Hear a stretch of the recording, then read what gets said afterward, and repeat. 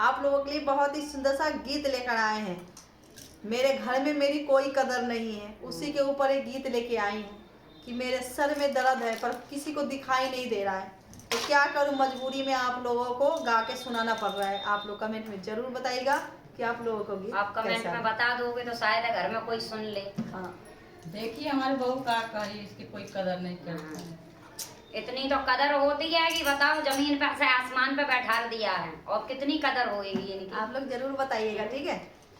ओ मेरे सर की दर्द की दवाई नहीं, मेरे सिर की दर्द की दवाई नहीं, पर देता किसी को दिखाई नहीं, मेरे देता किसी को दिखाई नहीं, मेरे सिर की दर्द की दवाई नहीं, मेरे सिर की दर्द की दवाई नहीं, पर देता किसी को दिखाई नहीं,